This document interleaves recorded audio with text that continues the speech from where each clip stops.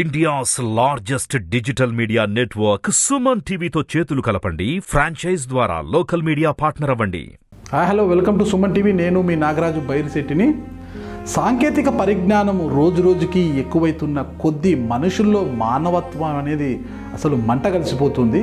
అసలు కష్టాల్లో ఉన్న వారిని ఆదుకోవాలి అన్న కనీస ధర్మాన్ని కూడా పాటిస్తున్నారు లేదా అన్నది పక్కన పెడితే, కష్టాల్లో ఉన్న వారిని దోచుకోవడానికే ఎక్కువ మంది కూడా ఇంట్రెస్ట్ చూపుతున్నారు.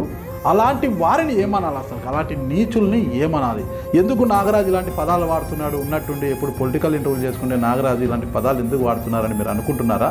అంటే నాలో అంత ఆవేశం వస్తుంది. ఒక నీచుడి గురించి విన్నప్పుడు నాకు అంత ఆవేశం వస్తుంది. ఆ ఆవేశానికి గల కారణం కూడా ఈ వీడియో చూస్తే మీకే అర్థమవుతుంది. ఒక్కసారి ఈ వీడియో చూడండి.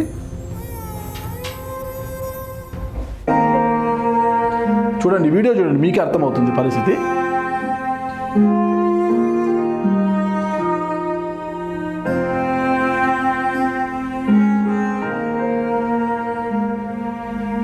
చూశారు కదా ఇద్దరు ఎలా ఉన్నారు? ఇద్దరు కూడా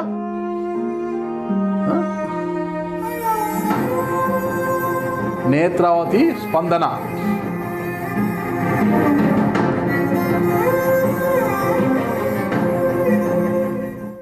చూశారు కదా, ఈ చిట్టి తల్లి పేరు నేత్రావతి, ఈ చిట్టి తల్లి పేరు స్పందన.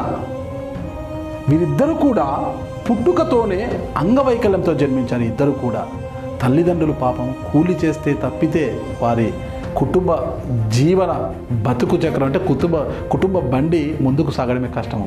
అలాంటి కుటుంబంలో అంటే అనంతపురము ఉమ్మడి జిల్లాలో రాప్తాడు నియోజకవర్గం, రాప్తాడు మండలం, ఎర్రగుంట్లపల్లిలో ఆదినారాయణ దంపతులకు స్పందన, నేత్రావతి ఇద్దరు కుమార్తెలు. ఇద్దరు కూడా పుట్టుకతోనే అంగవైకల్యంతో జన్మించారు.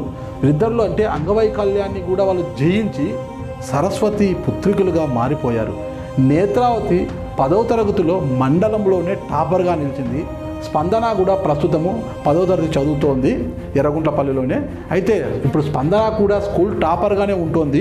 ఖచ్చితంగా త్వరలో జరగనున్న 10వ తరగతి పరీక్షల్లో స్కూల్ టాపర్గా నిలుస్తుందని అక్కడ ఉపాధ్యాయులు కూడా చెప్పారు.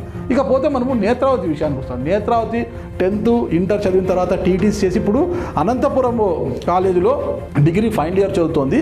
డిగ్రీ తర్వాత తను ఎంబీఏ చేయాలని, ఎంబీఏ తర్వాత సివిల్స్ సాధించాలని ఒక పట్టుదలతో ముందుకు పోతుంది. ఆ దిశగా కృషి కూడా చేసింది. అయితే ఈ కుటుంబానికి ఆర్థిక కష్టాలు చుట్టుముట్టాయి. అంటే తండ్రి ఆటో డ్రైవరు, అంటే తండ్రికి ఆటో ఉన్నప్పటికీ ఆటో కూడా తన సొంతం కాదు.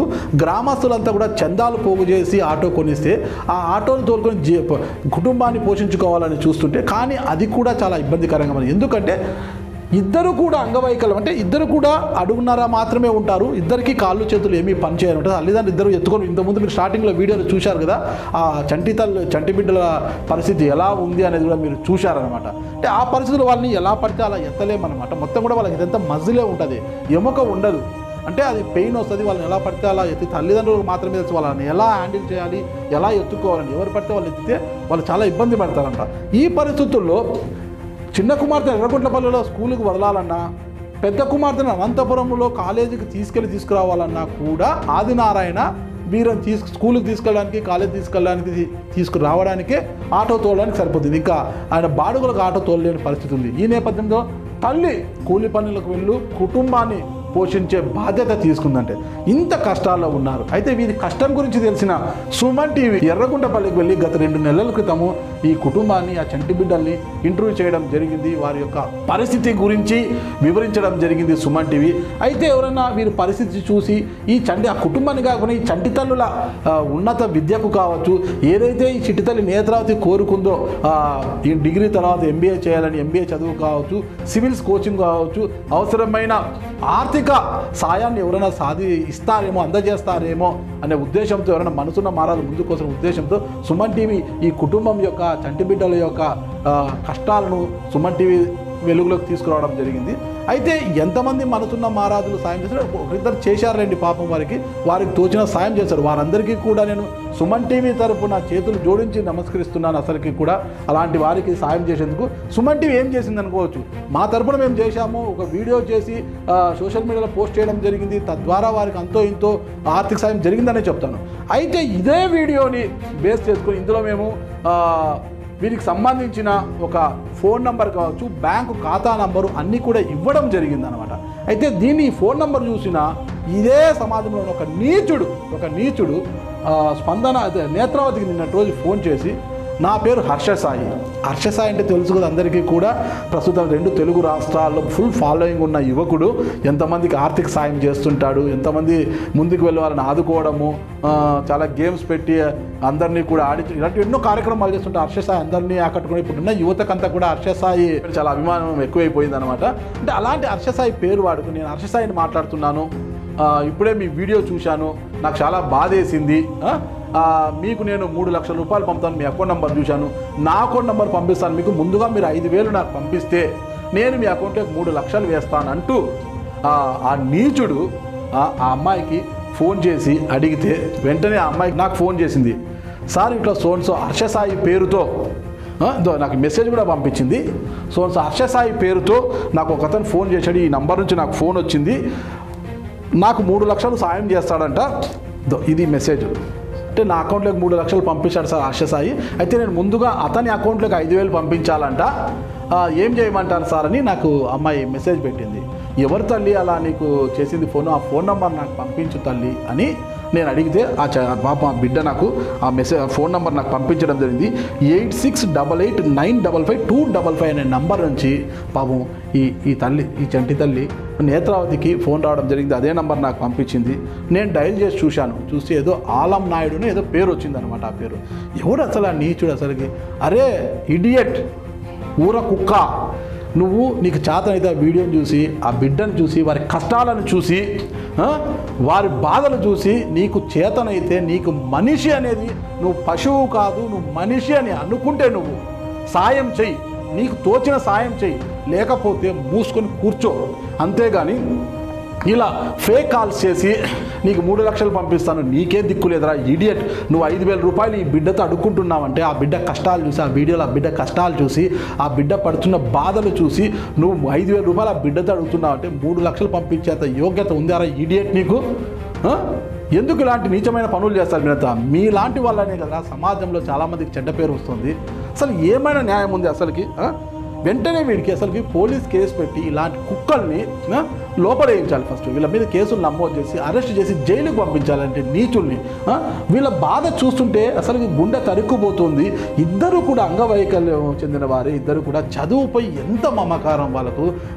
అసలు అన్నీ ఉన్నా కూడా, అల్లు నోట్లో శని అన్నట్టుగా అన్నీ ఉన్నా కూడా చదువు సరిగా అబ్బని పిల్లలు ఎంతోమంది చూసి మనం బాధపడుతుంటాము.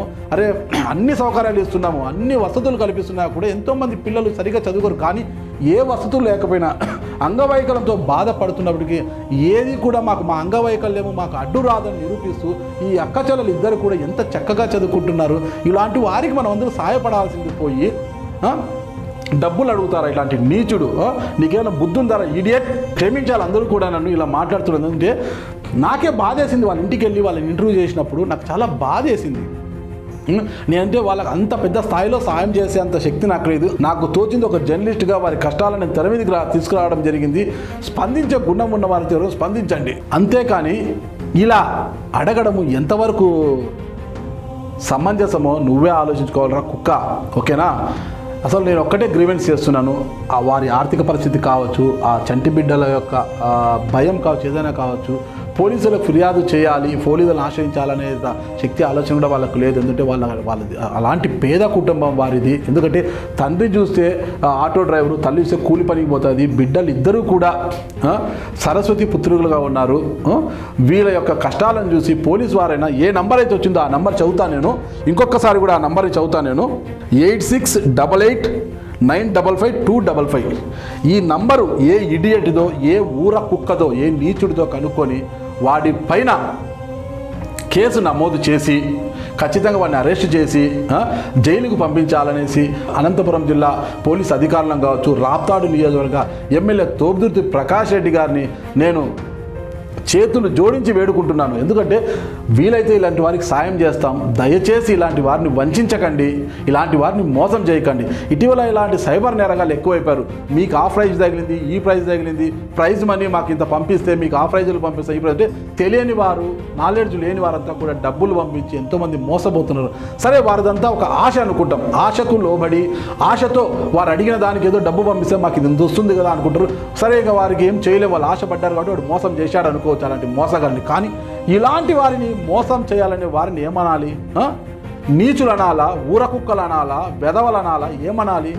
దయచేసి ఒక్కసారి అందరూ కూడా ఆలోచించండి. మనసున్న మహారాజులు చేతులు జోడించి అడుగుతున్నా నేను, మీకు వీలైతే ఎవరైనా కూడా వీలైతే సాయం చేయండి, లేకపోతే సైలెంట్గా ఉండండి. ఎవరు కూడా ఇలాంటి వారిని వంచడానికి, మోసం చేయడానికి, దగా చేయడానికి ప్రయత్నించకండి నేను చేతులు జోడించి వేడుకుంటున్నాను.